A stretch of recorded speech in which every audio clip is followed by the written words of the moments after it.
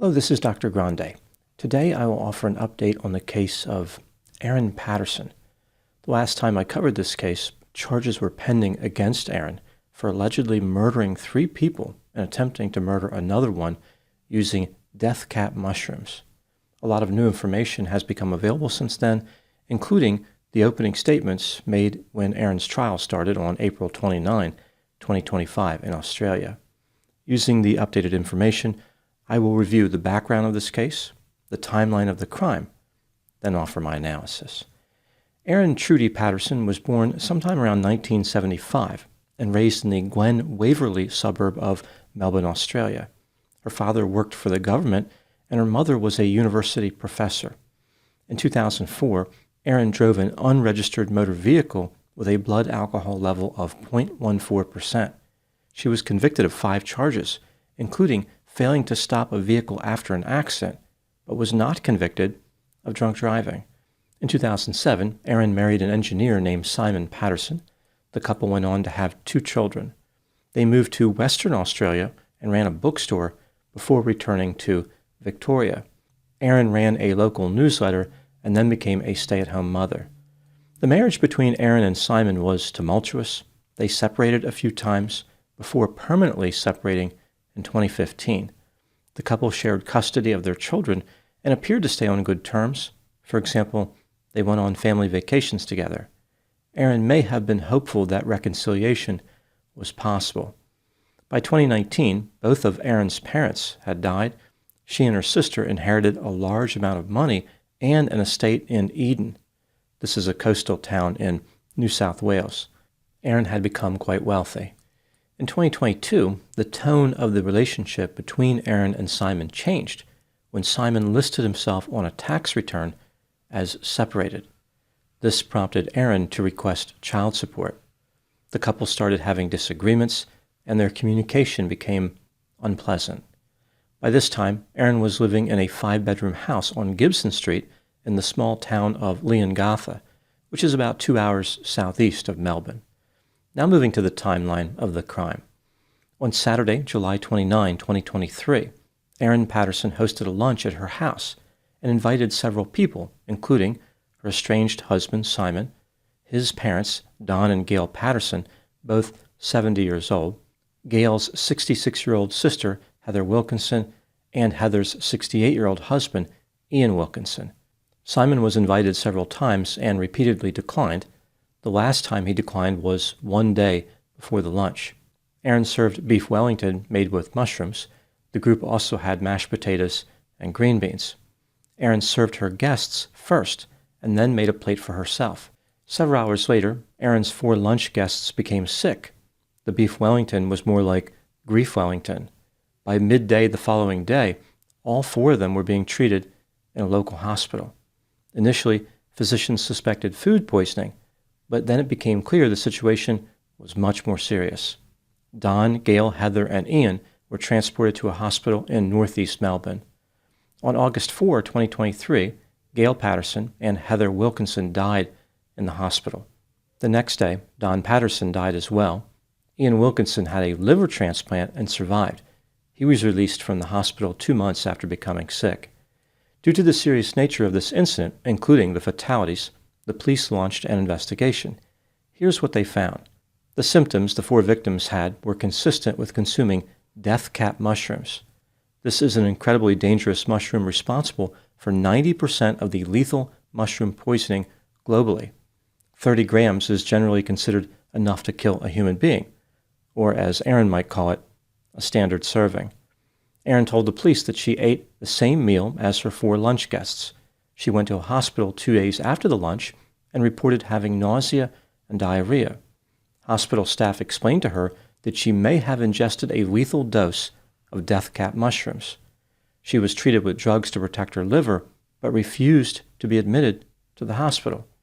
A physician was so worried about her condition, he even contacted the police for a welfare check.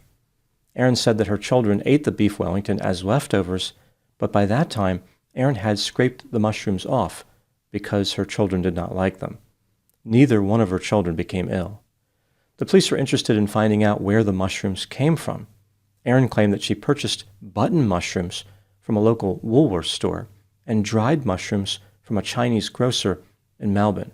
She could not remember the name of the grocer because the purchase was made in April 2023, 3 months before the fatal lunch. Erin claimed that the label on the mushroom package was handwritten. She stated, quote, "I am now devastated to think that these mushrooms may have contributed to the illness suffered by my loved ones. I really want to repeat that I had absolutely no reason to hurt these people whom I loved," unquote. The day after the lunch, July 30, 2023, Erin went to a transfer station and disposed of a food dehydrator. Initially, she lied to the police, saying that she had thrown the food dehydrator away a long time ago. She later admitted to being deceptive. Erin claimed that her estranged husband Simon accused her of being responsible for the poisonings, prompting her to throw away the appliance in a panic. Erin's situation was bleak. In addition to being at the bottom of the list to get her own cooking show, she had attracted a lot of attention from law enforcement. Investigators believe that Erin murdered 3 of her 4 lunch guests and attempted to murder the 4th. On November 2, 2023, Erin Patterson was charged with 3 counts of murder and 1 count of attempted murder.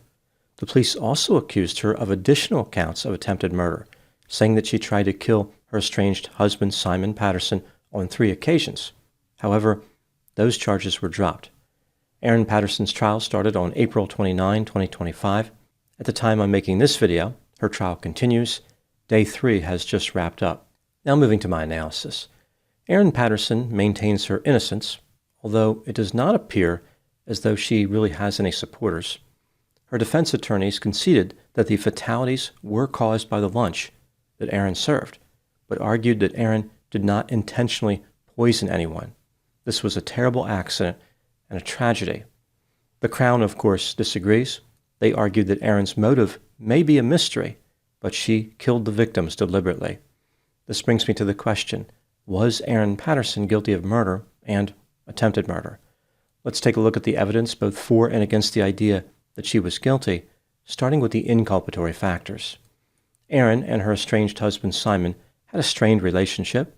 It appears as though Erin wanted to reconcile, but Simon was not interested. In May 2022, Simon became seriously ill and spent 21 days in intensive care. The cause of his illness was a mystery. In general, Simon did not feel well after spending time with Erin. After his release from the hospital, Erin reluctantly nursed Simon back to health, at least according to her. Perhaps Erin was responsible for causing Simon to become sick in the first place, like she was trying to show him how much she cared for him.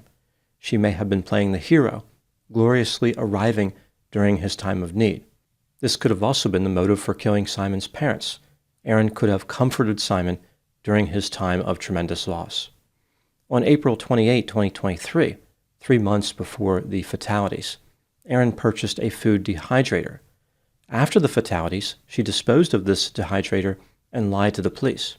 When the police recovered the dehydrator, they found Erin's fingerprints on it, as well as traces of death cap mushrooms.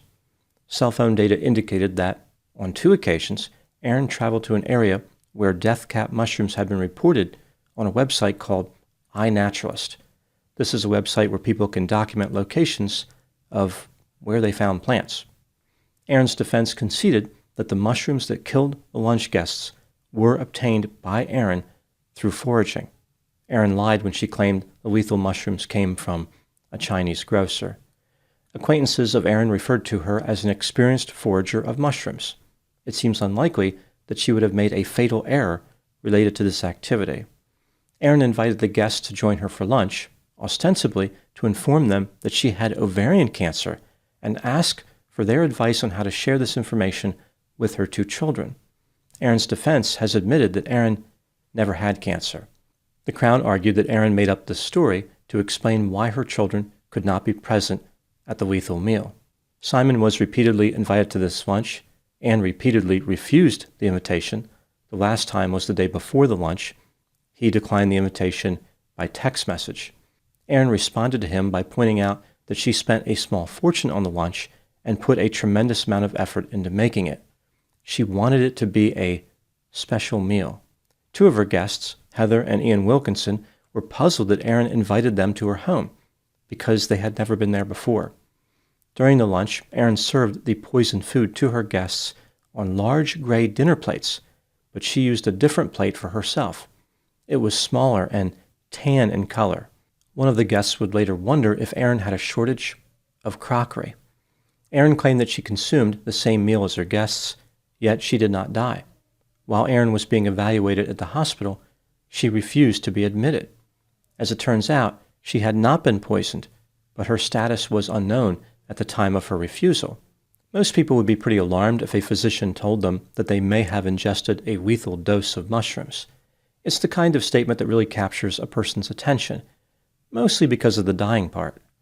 Erin claimed that she fed her 2 children leftovers the next day, but had removed the mushrooms.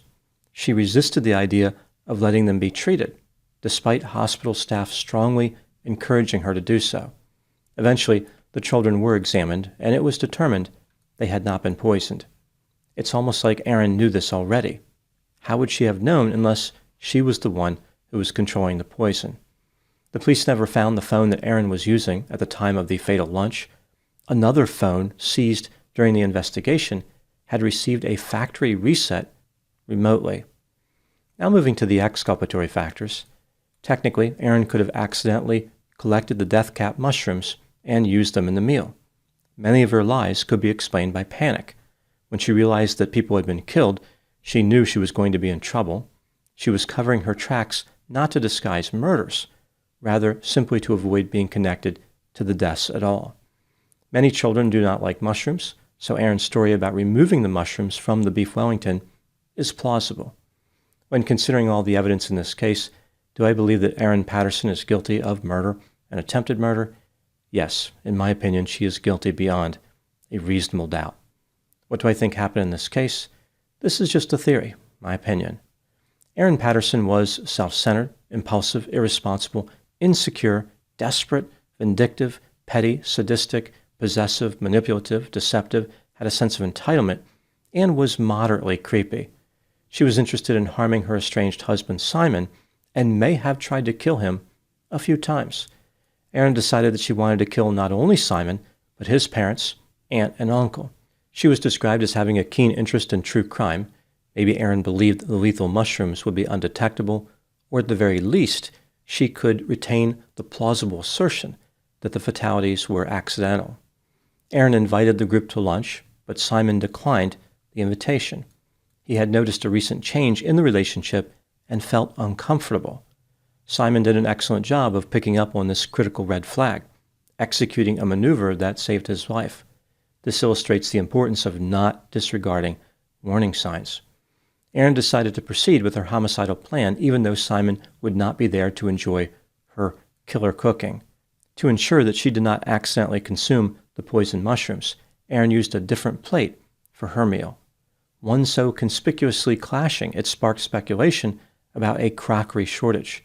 There was no crockery crisis cramping Erin's culinary choices, just a cold, calculating collapse of compassion. After the murders, Erin found herself emotionally dysregulated. She made a series of mistakes, each one drawing more negative attention to herself.